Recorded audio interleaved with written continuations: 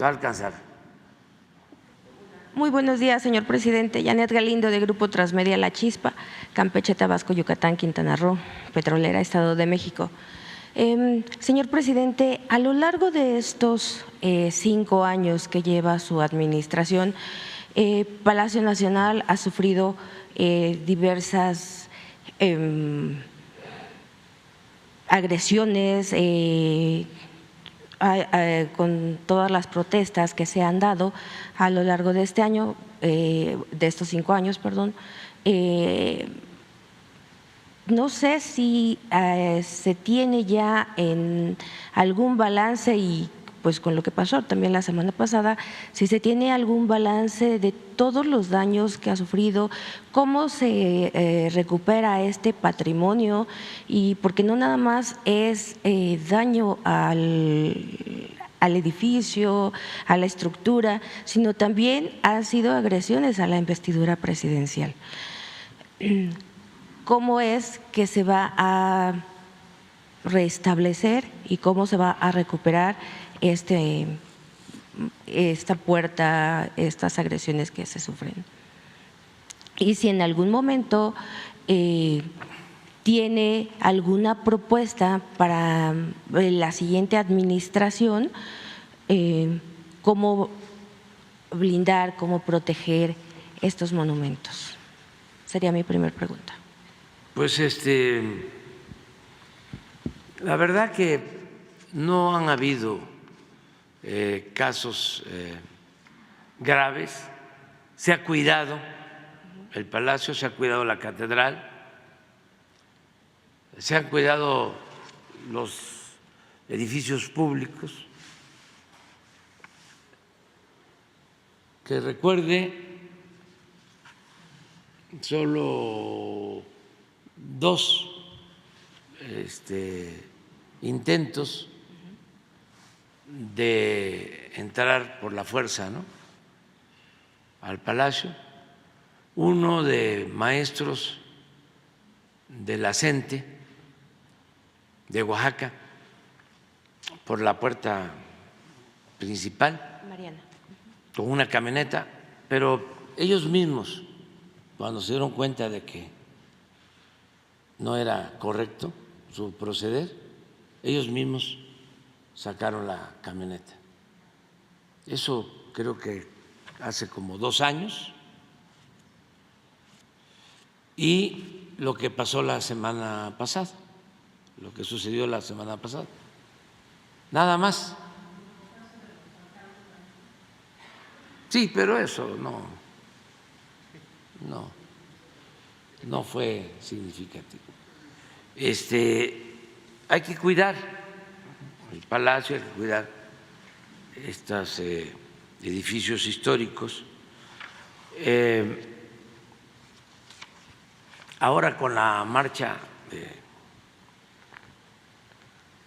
las mujeres, las que defienden los derechos de las mujeres, que es muy legítimo,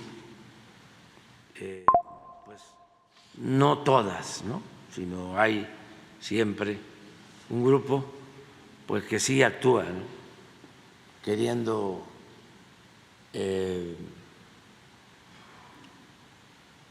quitar las vallas, ¿no?, para dañar los edificios. Ahora fue muy notorio de que se enfocaron más. Primero, pueden dejar sin protección el gobierno de la ciudad, el antiguo ayuntamiento,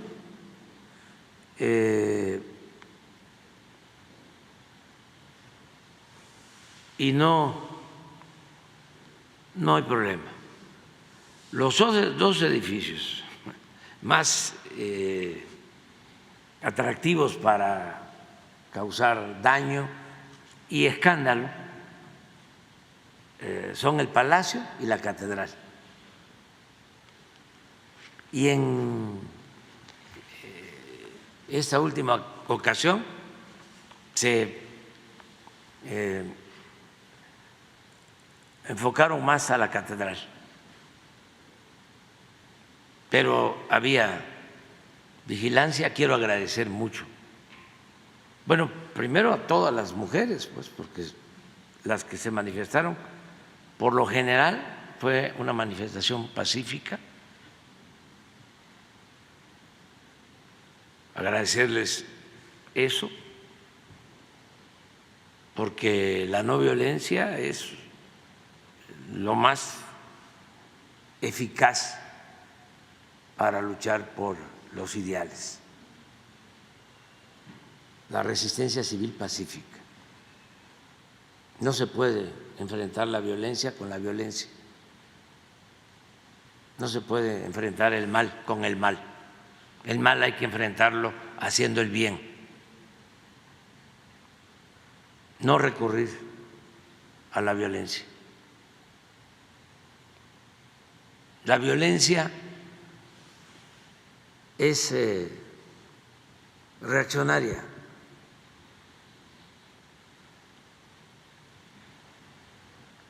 La no violencia es revolucionaria.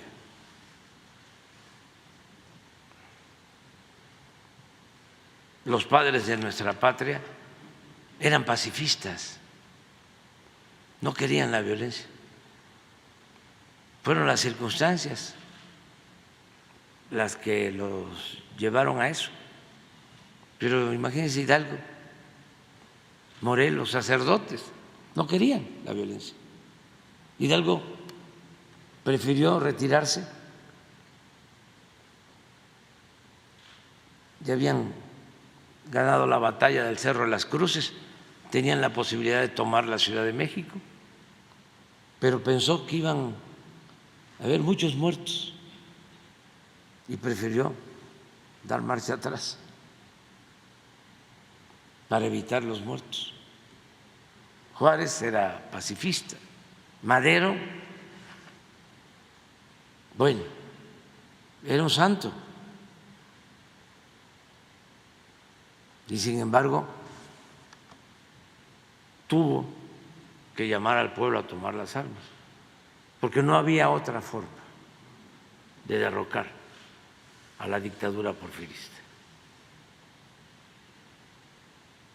antidemocrática, esclavista.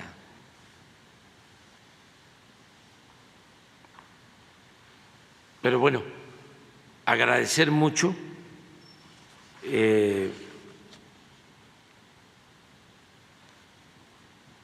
que se portaron muy bien las manifestantes. Entonces, seguir protegiendo el Palacio y estos sitios históricos que pertenecen a todos los mexicanos. Básicamente eso, ¿no? Okay, y dejaría… Y estoy buscando aquí porque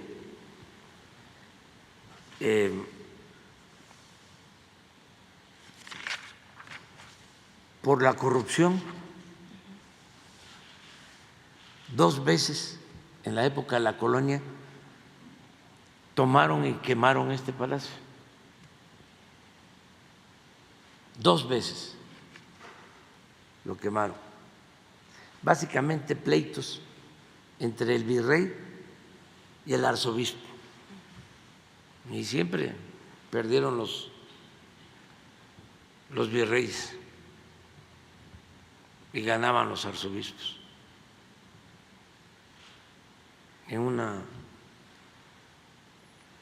ocasión la multitud tomó el palacio, lo quemaron, y la anécdota, ¿no? No está demostrado que el virrey tuvo que salir disfrazado para escapar. Y fue excomulgado y se impuso el arzobispo. 2 veces así. Y una vez fue un accidente se quemó lo que era el recinto legislativo donde se aprobó la Constitución de 1857, muy cerca de la casa del presidente Juárez. Se quemó. Él falleció en 1872 y se quemó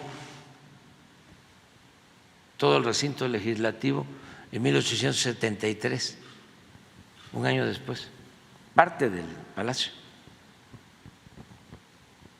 Luego, a los 100 años se rehabilitó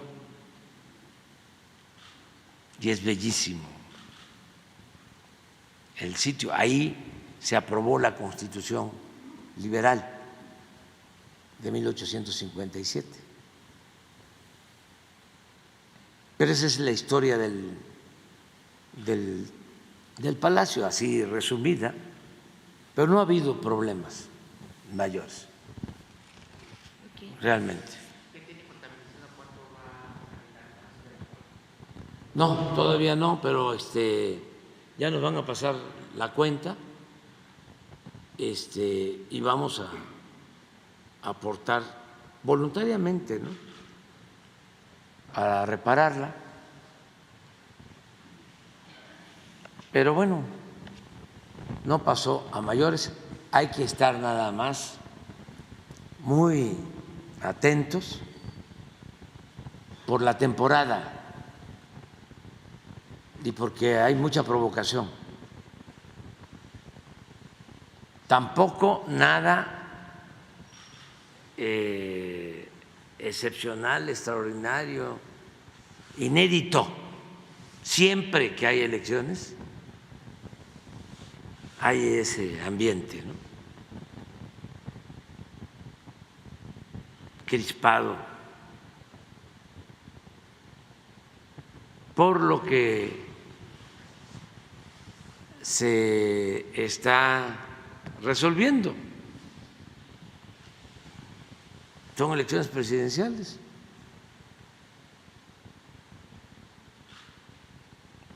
Estamos viendo cómo está en su apogeo la guerra sucia, pero ni modo que nos extrañe si la hemos padecido. Fuimos víctimas de la guerra sucia y es lo que saben hacer los conservadores. No saben qué otra cosa. Se la dan de gentes de bien, de ser muy educados, puros,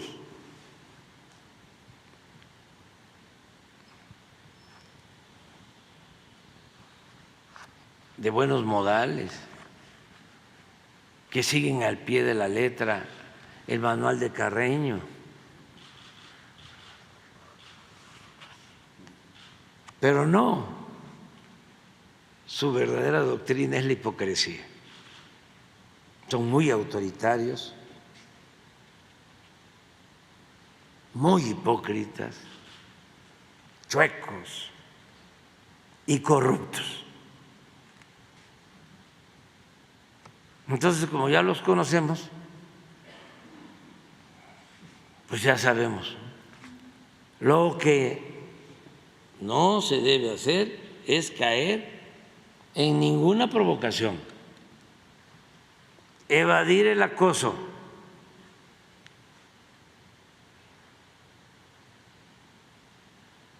y no hacerle caso a la prensa vendida o alquilada,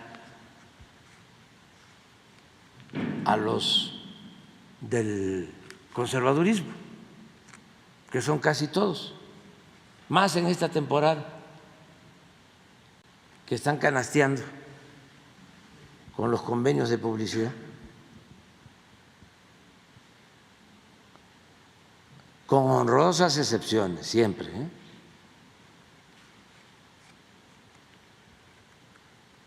No hacerles caso. Y aunque es un asunto serio, no deja uno a veces de divertirse por las barrabasadas que se manifiestan. Nada más que yo no puedo hablar de eso, pero sí se pasan, como dirían los jóvenes, se pasan. También para los jóvenes, una enseñanza mayor. No se debe hacer en política el ridículo.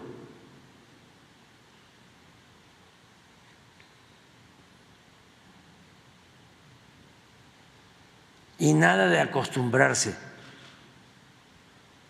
a comer sapos, porque antes decían que la política era comer sapos sin hacer gestos, aprender a comer sapos sin hacer gestos. No hay que comer sapos, y mucho menos acostumbrarse.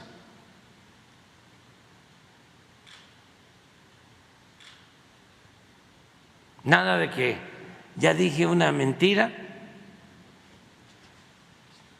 y voy a decir otra y otra y otra y otra,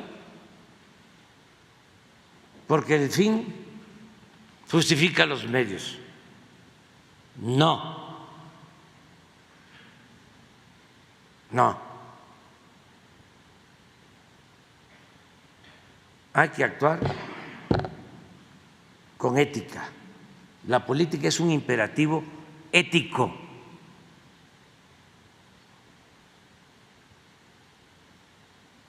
Nada de que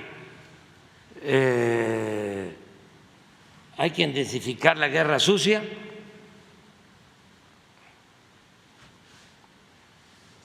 y no limitarnos, sin escrúpulos morales de ninguna índole. No, eso no es la política. Eso es politiquería. O como se decía antes, grilla barata, corriente.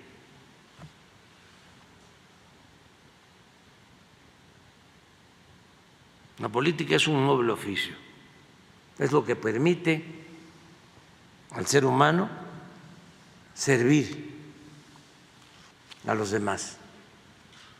Y la política se hace con ideales, con principios. No se trata de triunfar a toda costa, sin escrúpulos morales de ninguna índole. Y no se puede llegar a ningún cargo dejando trozos de dignidad en el camino, porque no se puede gobernar sin autoridad moral, sin autoridad política.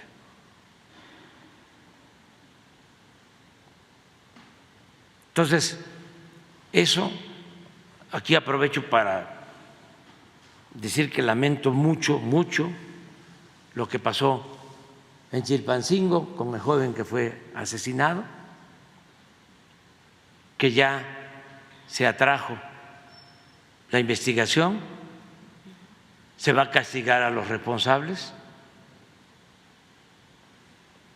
y envío mi pésame a los familiares de este joven, a sus amigos,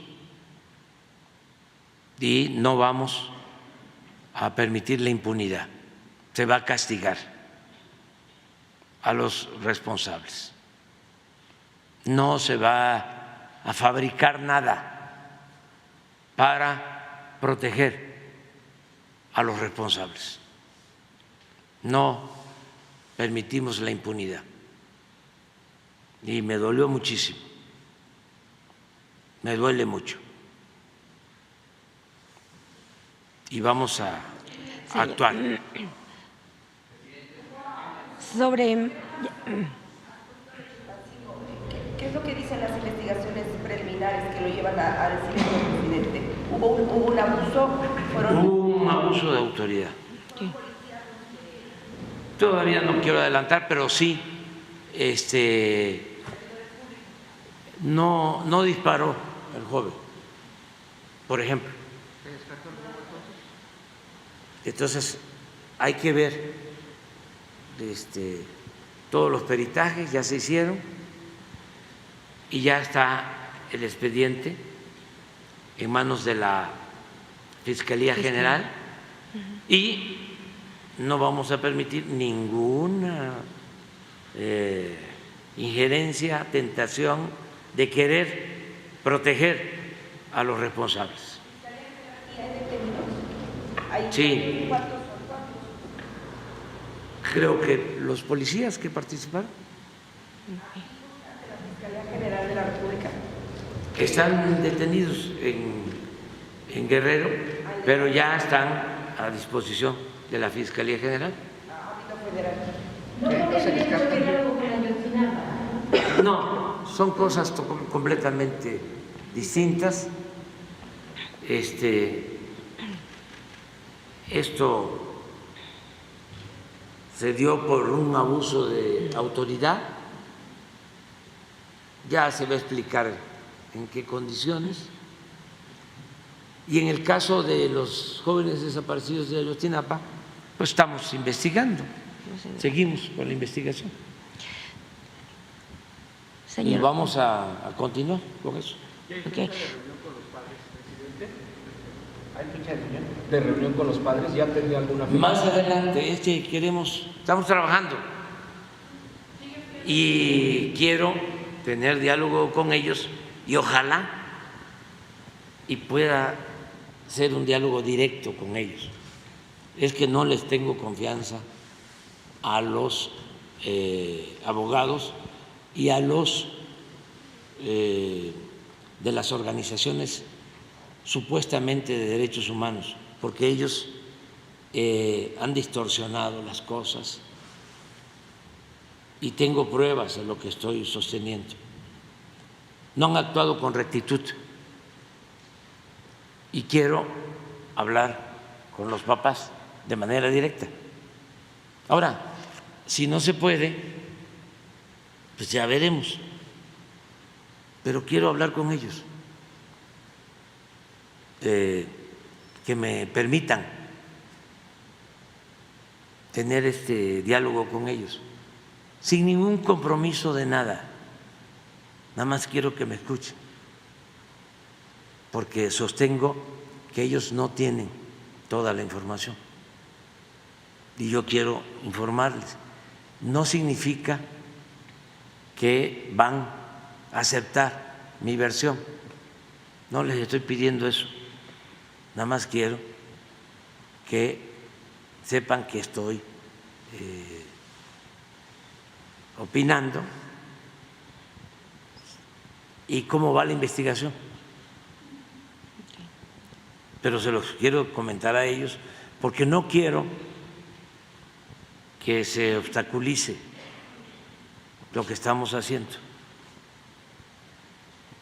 Se va avanzando y deseo de todo corazón que encontremos a los jóvenes. Y estoy dedicado a eso. Yo estoy conduciendo la investigación, haciendo todo.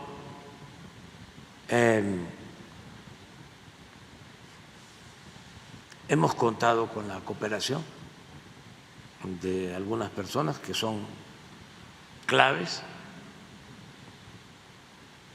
y esto nos está ayudando, y a esas personas les digo que soy un hombre de palabra y que en la medida que nos ayuden van a contar con nuestro reconocimiento y apoyo.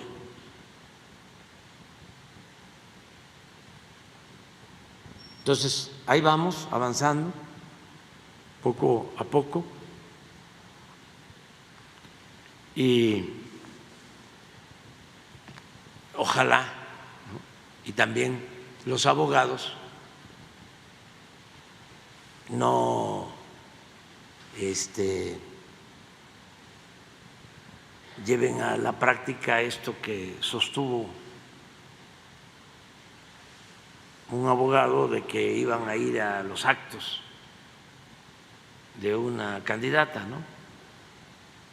Que no vayan a los actos de los candidatos a provocar,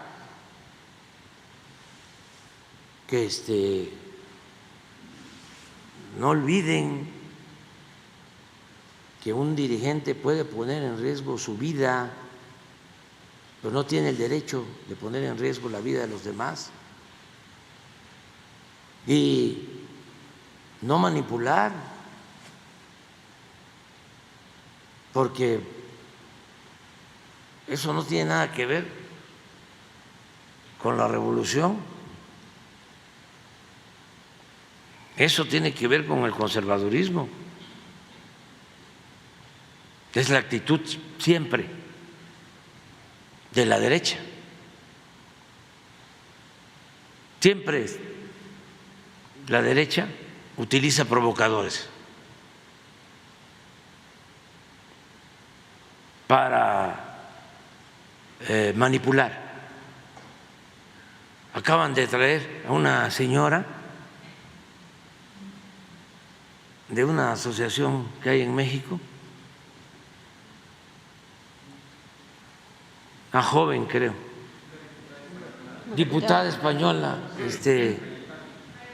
sí, le dieron una gran difusión los conservadores. Vino a hablar mal de mí. La verdad es un timbre de orgullo, porque esta joven señora pertenece a la ultraderecha.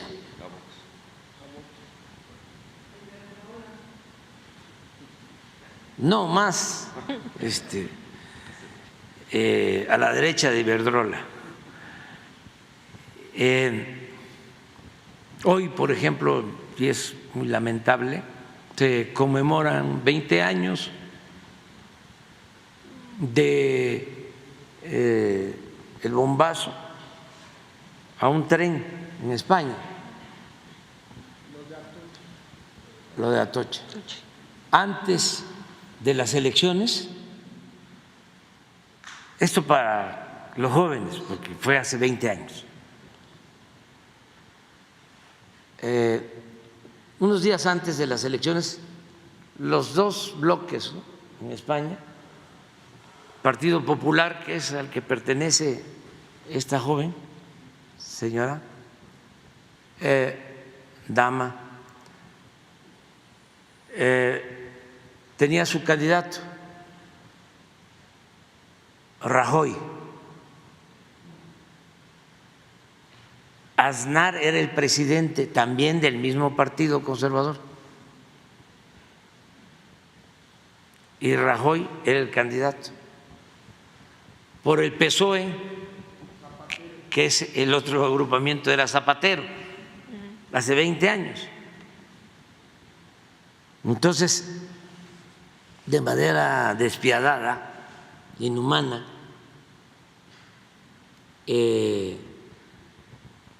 estallan bombas en los trenes de la estación de Madrid.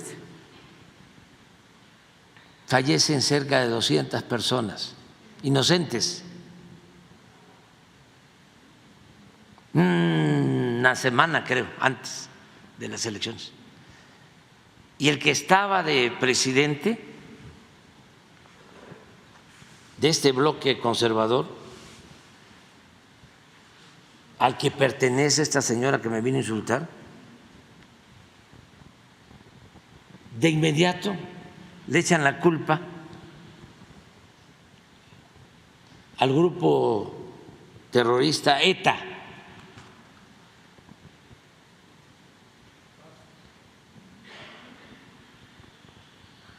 Vascos. Y arman todo para echarle la culpa, para sacar provecho. Todo esto es interesante que se sepa porque estamos viviendo en tiempos de elección. Entonces, se demuestra, pero pronto, que no habían sido los de ETA. O sea, que el gobierno conservador del Partido Popular mintió al pueblo. Pero la gente se da cuenta de que era mentira y empiezan con los celulares a transmitir lo que había sucedido. Creo que hasta los que habían puesto las bombas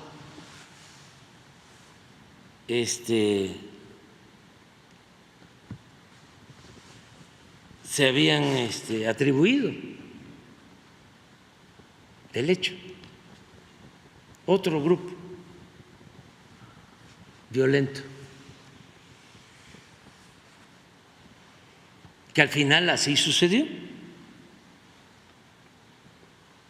Pues se da cuenta la gente, por eso yo siempre digo que el pueblo es mucha pieza, todos los pueblos del mundo. Y los políticos corruptos, y más los políticos conservadores, piensan que el pueblo es tonto.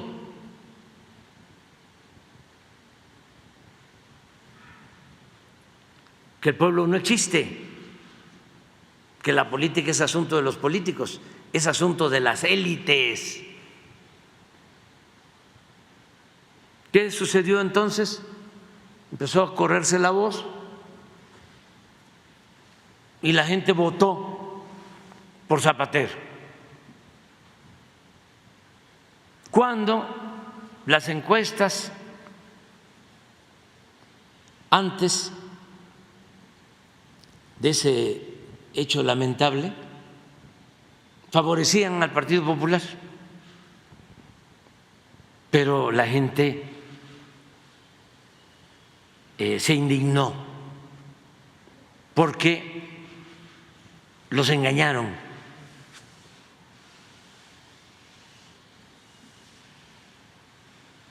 Entonces viene esta señora ayer, la trae una asociación.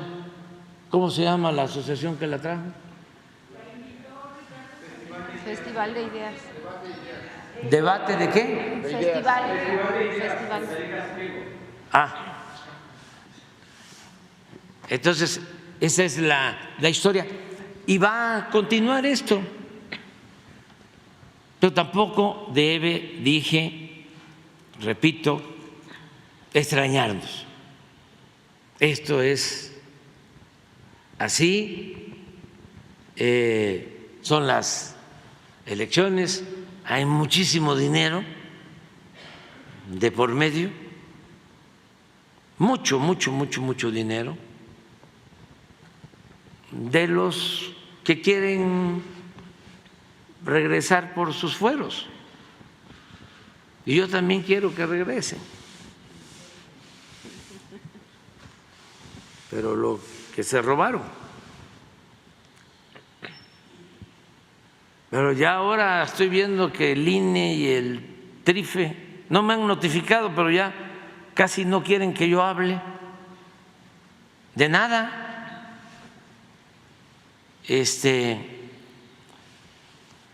Voy a esperar la notificación y aquí la vamos a leer para ver qué podemos decir y qué no podemos decir.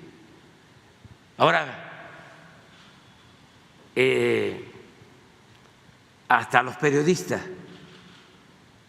uno salinista, como hay tantos salinistas, no voy a infringir la ley, tantos periodistas salinistas.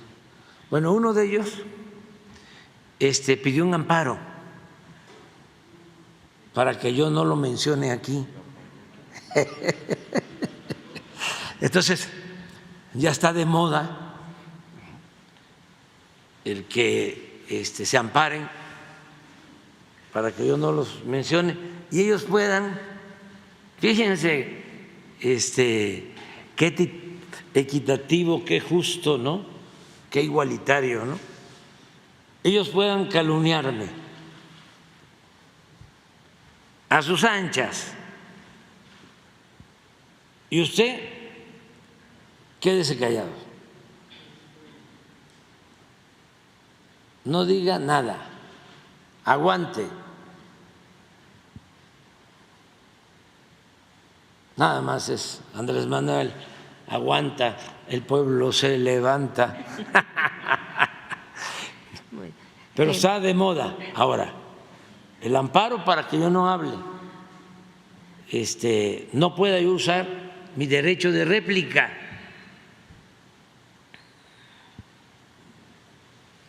Me quieren silenciar.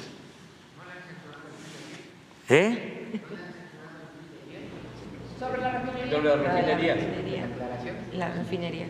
No, porque eso son personas. Yo leí lo que dijo el presidente municipal de Cadereyta y me llamó la atención. Ya después me enteré.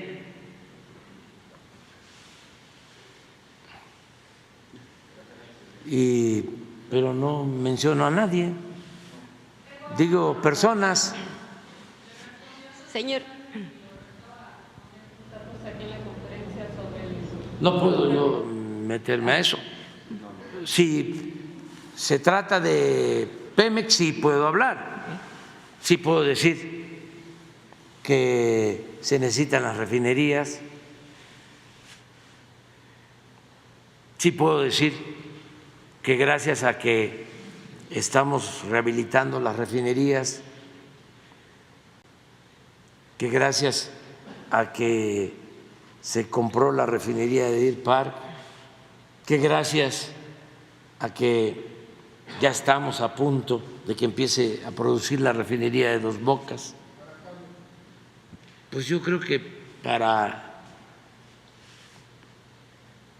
cuando mucho abril, el mes próximo.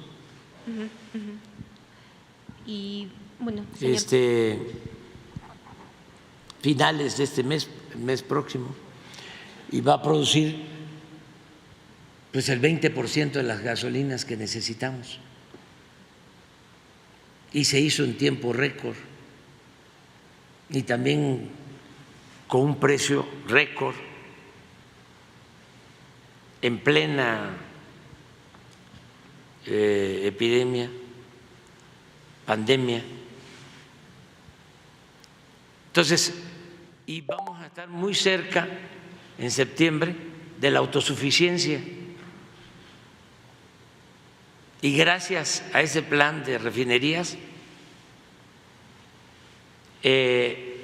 no se aumenta el precio de las gasolinas.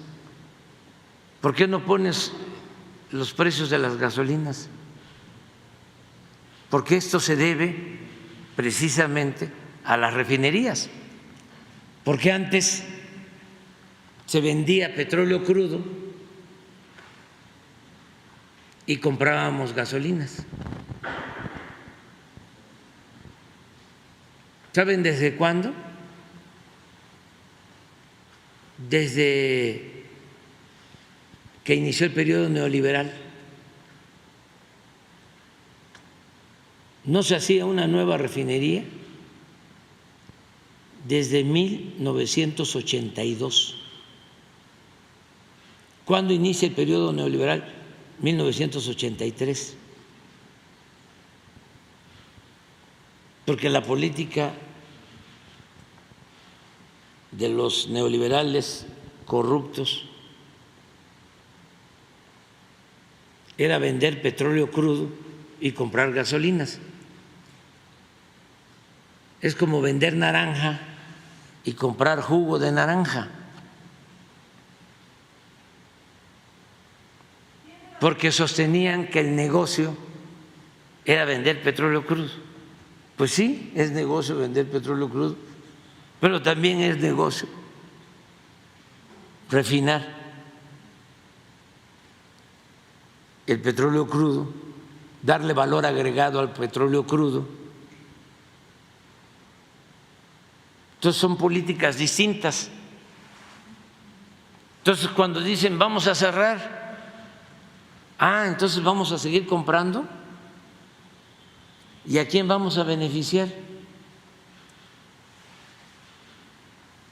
¿Quiénes se benefician con la compra de las gasolinas en el extranjero? ¿Dónde están las refinerías a las que les compramos cuando no producimos aquí?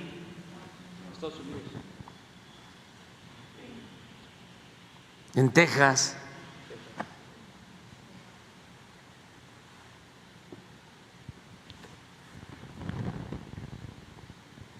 Miren el precio de las gasolinas en México,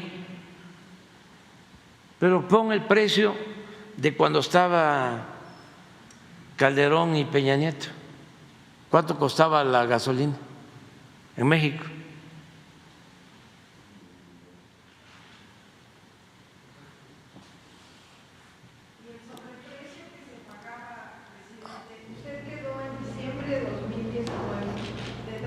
Esa información, ¿cuánto sobreprecio pagaban los gobiernos mexicanos, los funcionarios mexicanos, y se quedaban con ese dinero al comprar también estas gasolinas? Sí, porque, por ejemplo, Pemex Internacional, que fue una corporación que creó Salinas, era la encargada de vender el petróleo crudo y de comprar las gasolinas.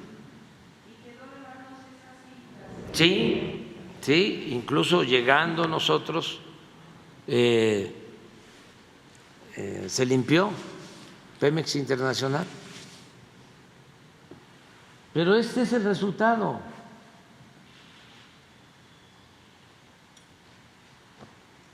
Eso es lo que hemos logrado. Y ya estamos a punto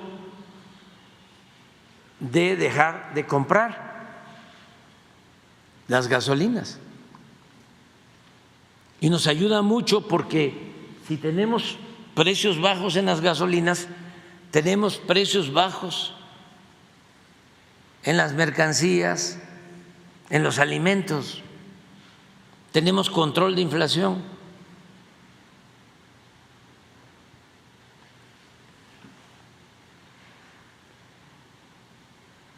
Claro, sutilmente alguien dice, contamina la refinería de Cadereyta. Yo le he pedido al director de Pemex que hoy informen, porque la refinería de Cadereyta, esto para los de Cadereyta y de Nuevo León, que es gente muy inteligente, para que no los manipulen, se les van a presentar todos los datos sobre las emisiones que produce la refinería de Cadereyta. y no está fuera de la norma, está por abajo de la norma. Y hay otras plantas, no quiero polemizar sobre eso, que son las que contaminan.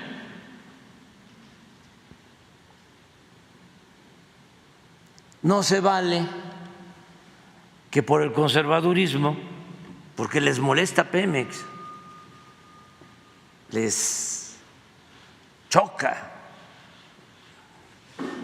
me choca, diría una amiga, quisieran cerrar. Bueno, esa ha sido la política después de la expropiación de los conservadores, darle marcha atrás a la política nacionalista. Lo recordó el presidente López Mateos cuando nacionalizó la industria eléctrica. Tengan cuidado,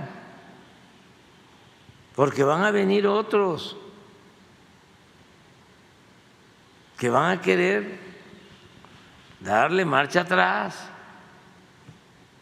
a la expropiación del petróleo y a la nacionalización de la industria eléctrica.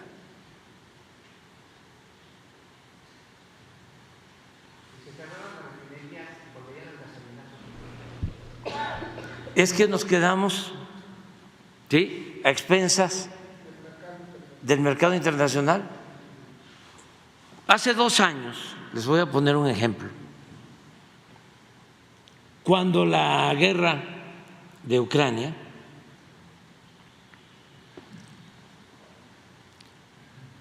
el petróleo se fue a las nubes, el crudo, y las gasolinas igual. Nosotros tomamos la decisión, porque lo podemos hacer, porque el petróleo no está privatizado, afortunadamente, o no está privatizado del todo, porque lo intentaron y no les dio tiempo, que sonó la campana y llegamos nosotros y paramos la privatización. Entonces, tenemos la producción de petróleo, Pemex produce, a pesar de la reforma energética, 1.800.000 barriles, y los particulares a los que les entregaron contratos apenas producen 30.000 barriles, porque les dieron los contratos y en vez de producir se dedicaron a especular.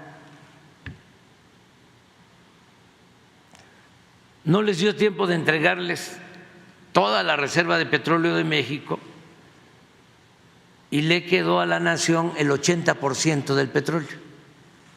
Y con ese 80%, sin cancelar los contratos que les habían entregado,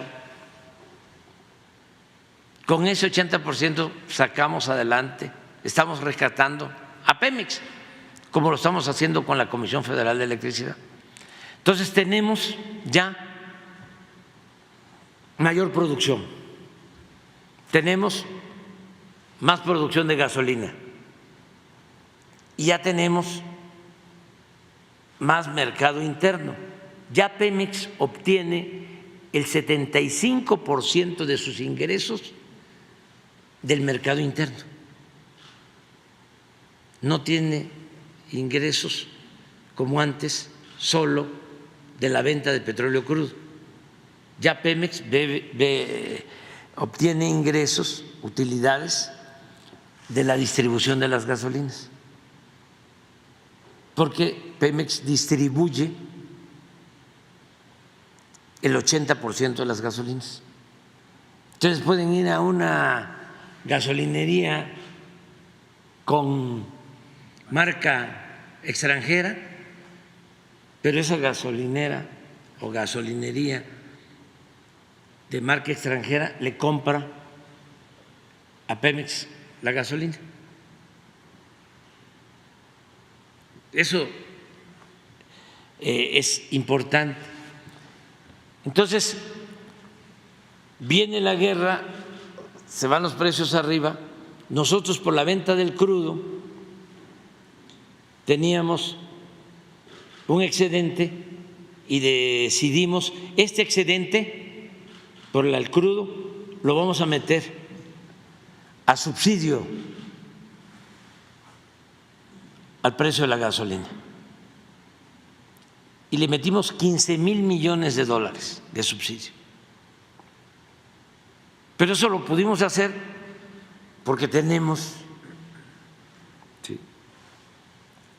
el dominio de la nación sobre Pemex. ¿En qué nos ayudó esto?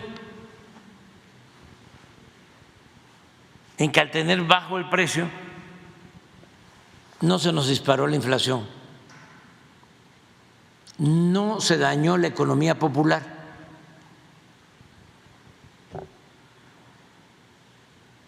¿Sí? Si no fuese así, si no tuviésemos nosotros el control en la producción, se nos van los precios a las nubes y no tendríamos la economía que tenemos ahora. Entonces, esto es lo que hemos logrado. ¿Qué quisieran los conservadores? Esto.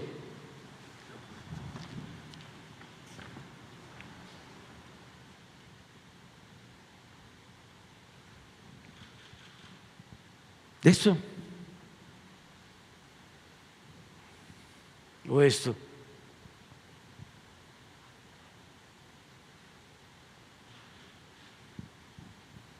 Es que, hablando en plata, a ellos no les importa el pueblo. Ellos son empleados de los grupos de intereses creados, son empleados del poder económico, del poder oligárquico. Entonces, esas son nuestras diferencias.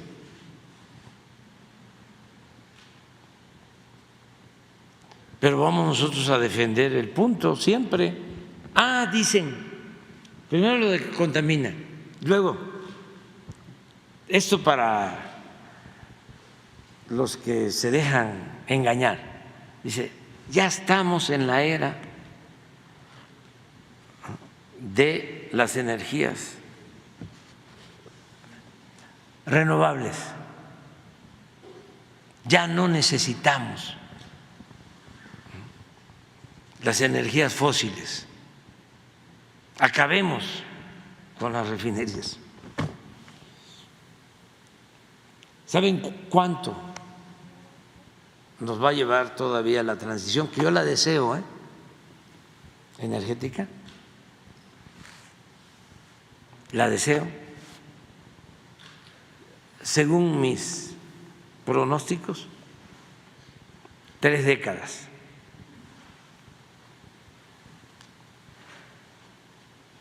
¿Qué hacemos? Dependiendo. Imagínense nada más a cuántos trabajadores habría que despedir.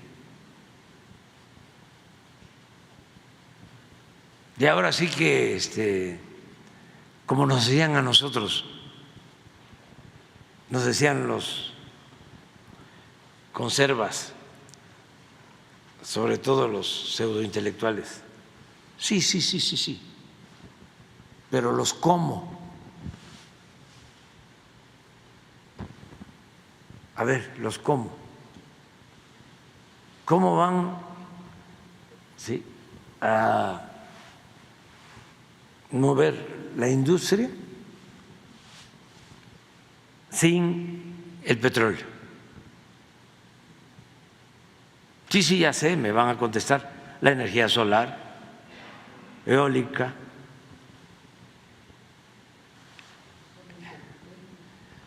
Sí, pero ¿cuándo? ¿Dónde están los proyectos? Ustedes saben que es tan fuerte la manipulación en los medios que llega a confundir, a obnubilar hasta a las empresas más potentes, incluso en la rama del petróleo.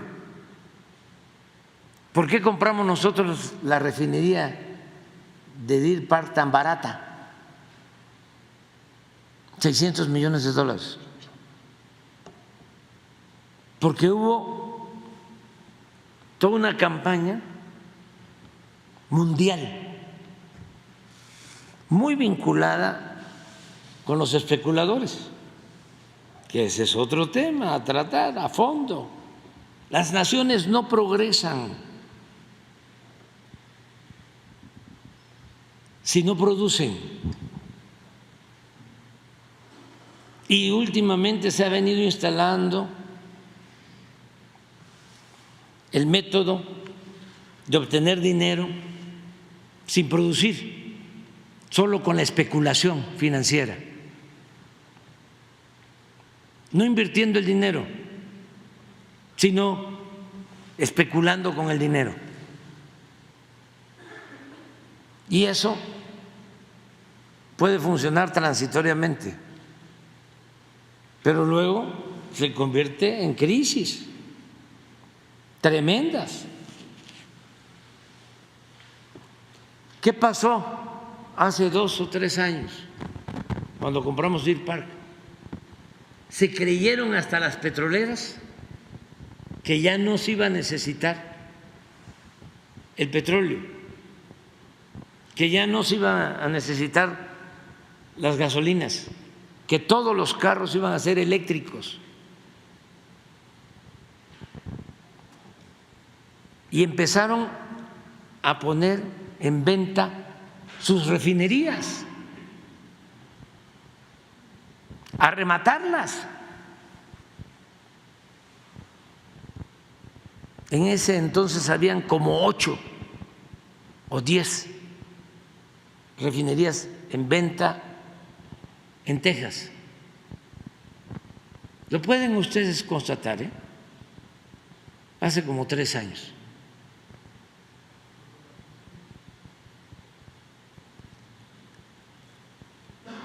Y así fue. Shell no tenía en venta,